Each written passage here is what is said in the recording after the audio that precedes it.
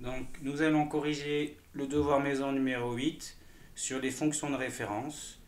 Donc, l'exercice 1 parle donc des fonctions paires et impaires. Donc, parmi les courbes suivantes, question 1, parmi les courbes suivantes, laquelle représente donc une fonction paire et laquelle représente une fonction impaire, et il faut justifier. Donc, on va utiliser le fait que des propriétés de symétrie des fonctions paires. Donc, une fonction est paire si sa courbe est symétrique par rapport à l'axe des ordonnées. L'axe des ordonnées, c'est l'axe vertical, donc c'est là. Là, on voit bien qu'il y a une symétrie. Là, il n'y en a pas. Vous voyez, si je trace, là, il n'y en a pas. Là, il n'y a pas de symétrie par rapport à l'axe des ordonnées. Et là non plus, il n'y a pas de symétrie par rapport à l'axe des ordonnées. Donc la seule courbe qui a une symétrie par rapport à l'axe des ordonnées, c'est la courbe 1. Donc c'est bien, donc c'est la courbe 1 représente donc une fonction paire. Ensuite, une fonction est impaire si, si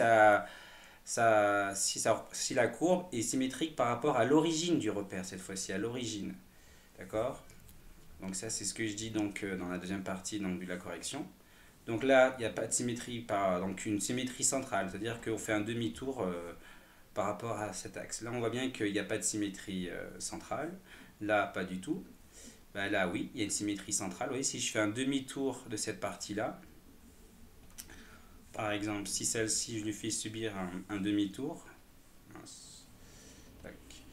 si à cette partie-là, je fais subir un demi-tour, eh ben, vous obtenez cette partie-là.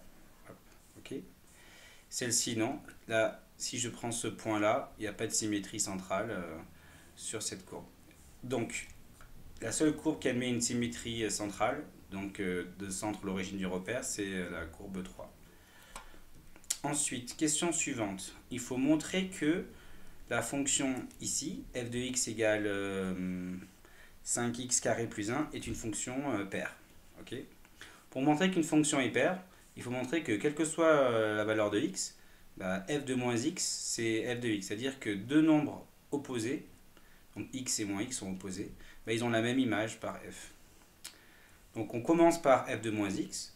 On n'oublie pas les parenthèses, là, on remplace donc... ça veut dire que là, ici, là, il y a x, là, x au carré. Là, si je mets moins x, ben là, je dois mettre moins x au carré, mais avec les parenthèses, attention. Et donc, il faut savoir que moins x au carré avec les parenthèses, donc c'est moins x fois moins x.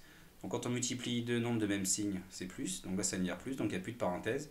Et donc il y a simplement x au carré. Ce qui veut donc dire que moins x, le tout au carré, c'est x au carré. Et on retrouve l'expression de f ici, là, on la retrouve.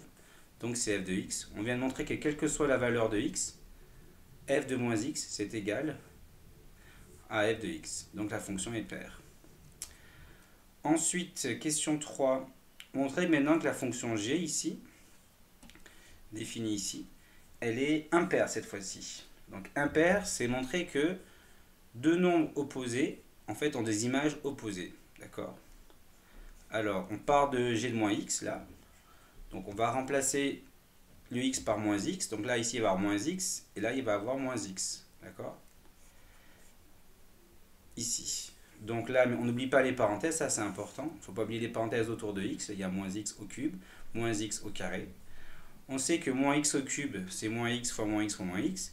Avec donc la règle des signes, quand on multiplie 3 négatifs, ben, ça fait, donc c'est impair, c'est négatif. Du coup, ça fait moins x au cube, sans les parenthèses cette fois-ci. Donc là, ce qui est au cube, c'est seulement le x. Le moins, il n'est pas dans la puissance, alors qu'ici, le moins est dans la puissance 3. Ensuite, donc je peux remplacer moins x au cube par tout simplement moins x au cube, sans les parenthèses. Et je sais que moins x au carré, avec des parenthèses bien sûr, comme on l'a vu tout en haut. Ça, je me suis trompé là, c'est qu'il y a un carré. Donc moins x, le tout au carré, c'est moins x fois moins x, et ça fait donc x au carré. Je vais le corriger ici.